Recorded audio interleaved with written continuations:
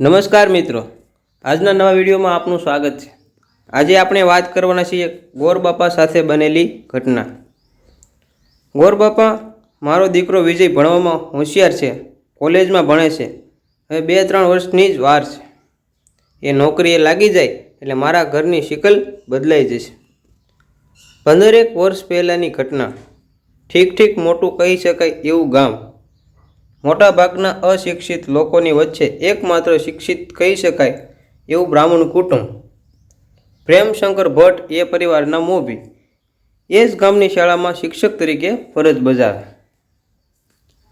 સાંજે ઘરે આવીને અનુભવના આધારે દવાખાનું ચલાવે અને ગોરપદું પણ કરી જાણે।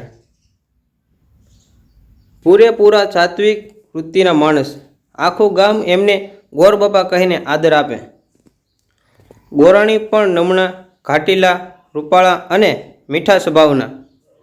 મરતા માણસને મર ન કહે એવી ઋતુ પ્રકૃતિના। ગોરાણીએ પહેલા ખોળે જ દીકરીને જન્મ આપ્યો। અત્યારે એ દીકરી 33 વર્ષની થઈ છે। જ્યારે આ ઘટના બની ત્યારે તેની ઉંમર 18 વર્ષની હતી। એનું નામ ચાંદની। ચાંદની જન્મી ત્યારથી જ ગોળ લાડવા જેવું રૂપાળું મોં લઈને જન્મી હતી। જેમ જેમ ઉંમર વધતી ગઈ તેમ તેજ ખીલતું ગયું।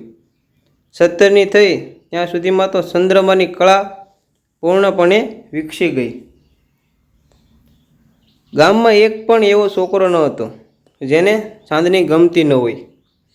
એ શેરીમાંથી પસાર થતી હોય ત્યારે મોટા ઉંમરના પુરુષો પણ વહેલા જન્મ્યા એ બદલ ઈશ્વરને ઠપકો આપવા માંડતા। ચાંદની ભણવામાં હોશિયાર હતી, પણ એ ગામમાં 12મા ધોરણ સુધીની જ સગવડ હતી, એટલે પ્રેમશંકરે દીકરીને કોલેજ કરવા માટે બાજુમાં આવેલા શહેરમાં મૂકી હતી। હોસ્ટેલમાં રહેવું અને કોલેજમાં ભણવું। ચાંદની ડાહી હતી, સંસ્કારી હતી અને કહ્યાગરી હતી, એટલે એના માટે કોઈ બીજી ચિંતા કરવાની રહેતી ન હતી। ચાંદની કોલેજના બીજા વર્ષમાં આવી ત્યારે ગોરાણીએ પતિને કહ્યું, આપણી દીકરીનું રૂપ ખીલતું જાય છે, આપણી નજર લાગે એવી એ લાગવા લાગી છે, મને એની ચિંતા થાય છે, એના માટે છોકરો શોધવાનું શરૂ કરો। ગોરબાપાએ જવાબ આપ્યો, હું પણ એવું જ વિચારું છું। આપણી દીકરી ભલે ગમે એટલી ચારિત્ર્યવાન હોય, પણ શહેરના છોકરાઓનું ભલું પૂછવું, કોઈ બદમાશ તેને ભોળવી પણ જાય। હું કાલથી જ સારા મુહૂર્તની શોધ શરૂ કરી દઈશ। આ તે ગામના એક પરિવારની વાત થઈ। એ જ ગામના બીજા એક પરિવારમાં તે સમયે શું ચાલી રહ્યું હતું?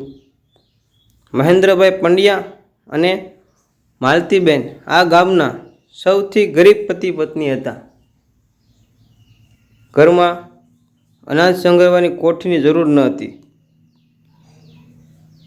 મહેન્દ્રભાઈના પેન્ટ શર્ટમાં ખિસ્સાની જરૂર ન હતી। એમના મકાનને બારણાની જરૂર નથી। ઘર, કોઠી અને ખીચામાં કંઈ મૂકવા જેવું ન હતું। મહેન્દ્રભાઈ રોજ સવારે ઉઠીને શિરામણ પતાવીને 2-3 જોડીઓ લઈને લોટ માગવા માટે નીકળી પડતા। બપોરે 12 વાગ્યે ઘરે પાછા આવે ત્યાં સુધીમાં 10 ઘર ફળી વળતા।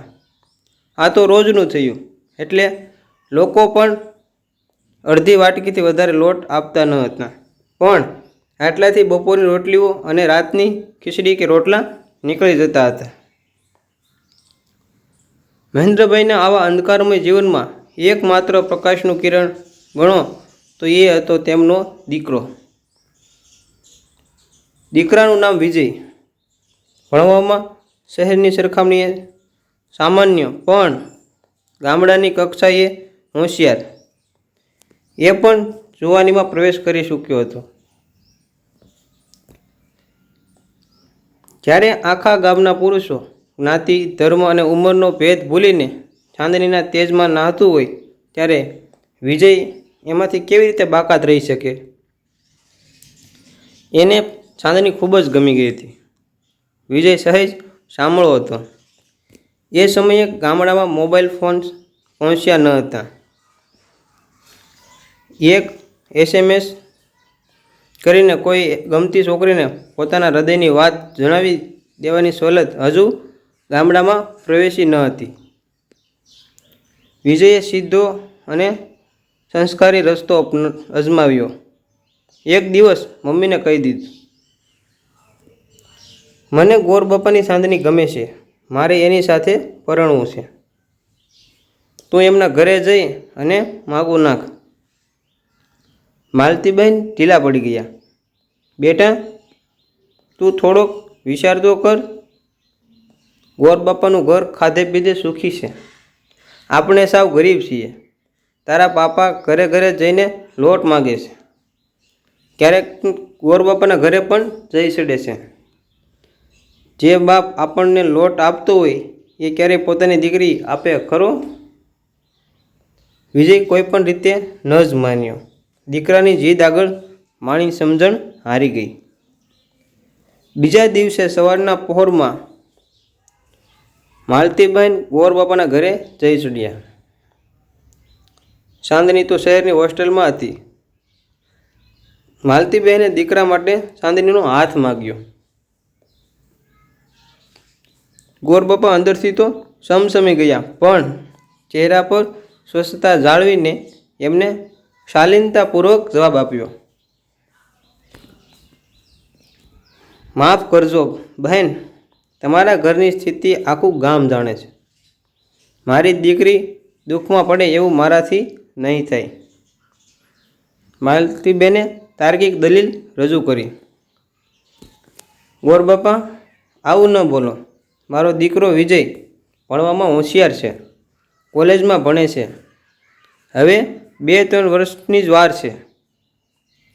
એ નોકરીએ લાગી જાય એટલે અમારા ઘરની શિકલ બદલાઈ જશે. તમારી ચાંદની રોટલા વગરની નહીં રહે. ગોરબાપા હસ્યા. રોટલા વગરના તો તમે ક્યાં રહો છો? પણ એ રોટલામાં કેટલા ઘરનો લોટ હોય છે. વિજય હોશિયાર છે એ સાચું, પણ ભવિષ્યમાં એ કમાશે એ પણ સાચું. 10 વર્ષ પછી તમારું પોતાનું ઘર હશે, સ્કૂટર હશે, સારા કપડાં લત્તા હશે અને તમારા ઘરનો જ લોટ છે. આ બધું હું સમજી શકું છું, પણ પૂરા 10 વર્ષ સુધી તો મારી દીકરીને દુઃખમાં વિતાવવાના ને. હવે તમે હૃદય પર હાથ મૂકીને કહો, ચાંદની જો તમારી દીકરી હોય તો તમે એને આવા કંગળ ઘરમાં ઓરાવો ખરા? માલતીબેન પાસે કોઈ જવાબ ન હતો. બી આંસુ ખેરવીને એ ઊભા થઈ ગયા અને ઘરે જઈને વિજયને બધું જણાવી દીધું. જો વાત અહીં પૂરી થઈ ગઈ હોત તો સારું હતું. ગમે તેવા ગરીબ ઘરનો છોકરો કે છોકરી જગતમાં કોઈ પણ શ્રીમંત પરિવારના સુંદર પાત્ર સાથે લગ્ન કરવાના સપના જોઈ શકે છે. એમાં કોઈ અપરાધ જેવું નથી. પણ વિજયે ભૂલ એ કરી કે ચાંદનીને પામવાની વાત ઉપર પૂર્ણ વિરામ મુકાઈ ગયું હતું. એને અલ્પવિરામ માની લીધું. પોતાના પ્રયત્નો ચાલુ જ રાખ્યા. પોતાની કઝિન પાસેથી ચાંદનીની હોસ્ટેલનું સરનામું મેળવીને એક દિવસ તે ચાંદનીને મળવા માટે પહોંચી ગયો. તેને સીધું જ શરૂ કર્યું, ચાંદની, તું મને ખૂબ ગમે છે. તારા પપ્પા ભલે ના પાડે, પણ તું આ પાડી દે ને, હું તને સારી રીતે રાખીશ. ચાંદની ભડકી ગઈ. પોતાના ગામનો એક યુવાન આ રીતે હોસ્ટેલમાં એને મળવા આવી ચડે એ વાત એને ગમી નહીં. ઉપરાંત વિજય માટે એના હૃદયમાં સહેજ પણ આકર્ષણ જેવું ન હતું. તેને ટૂંકો જવાબ આપી દીધો, મારી પણ આ નથી. તમારે આ રીતે અહીં આવવું ન જોઈએ. ફરીવાર આવશો તો હું મળીશ નહીં. હવે તો વિજયની પ્રેમ કથા ઉપર મોટું પૂર્ણવિરામ મુકાઈ ગયું હતું, પણ વિજયે હજી પણ તેને અલ્પવિરામ સમજીને જ પ્રયત્નો ચાલુ રાખ્યા. 2 વર્ષ પછી ચાંદનીના લગ્ન શહેરમાં સારી સરકારી નોકરી કરતા એક સુખી ઘરના યુવાન સાથે થઈ ગયા. ગોરબાપાએ જાણી જોઈને ગામના તમામ બ્રાહ્મણોને આમંત્રણ આપ્યું, પણ પંડ્યાનું ખોરડું બાકાત રાખ્યું. ગોરબાપા નહોતા ઈચ્છતા કે વિજય માંડવાની બહાર બેસીને માંડવાની અંદર બેઠેલા વરઘોડિયાને જોઈને નિશાસા નાખ્યા કરે. એ પછી બીજા જ વર્ષે વિજય પણ પરણી ગયો. હાલમાં ચાંદની અને વિજય બંને જણા સુખી લગ્ન જીવન માણી રહ્યા છે. વિજય પણ એક શાળામાં શિક્ષક તરીકે ફરજ બજાવે છે, પણ એને ચાંદનીનો પીછો છોડ્યો નથી. હવે એની હરકતો અપરાધની કક્ષાએ પહોંચી ગઈ છે. ક્યાંકથી ચાંદનીનો મોબાઈલ નંબર મેળવીને વિજયે ફરી પાછી એને લલસાવવાની કોશિશ ચાલુ કરી દીધી છે. ચાંદનીએ તેને ધૂતકારી કાઢ્યો. હું હવે કોઈ પુરુષની પરણેતર છું, 2 સંતાનોની માતા છું. મારા પતિને હું જણાવીશ તો એ તારા હાડકાં ભાંગી નાખશે. મેસેજ કરવાનું બંધ કરી દે. વિજય ન માન્યો. થાકીને ચાંદની એનો નંબર બ્લોક કરી દીધો. હવે વિજય પોતાની કઝિન દ્વારા ચાંદનીને સંદેશાઓ મોકલાવે છે. ગાંડી ગેલી શાયરીઓ લખે છે, આંસુના ટીપા ખેરવે છે, પ્રેમની ભીખ માગે છે. લોહીમાં વણાઈ ગયેલા લોટ માગવાના સંસ્કાર ભૂલાતા નથી.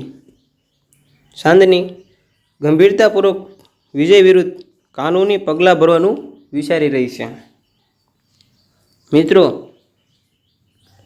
તમને જો આ વિડીયો પસંદ આવ્યો હોય તો વિડીયોને શેર કરો અને લાઈક કરો. તેમજ આવા અવનવા વિડીયો કે જીવનમાં કંઈક શીખ આપે તે જોવા માટે અમારી સાથે બન્યા રહો. આભાર. જય શ્રી કૃષ્ણ.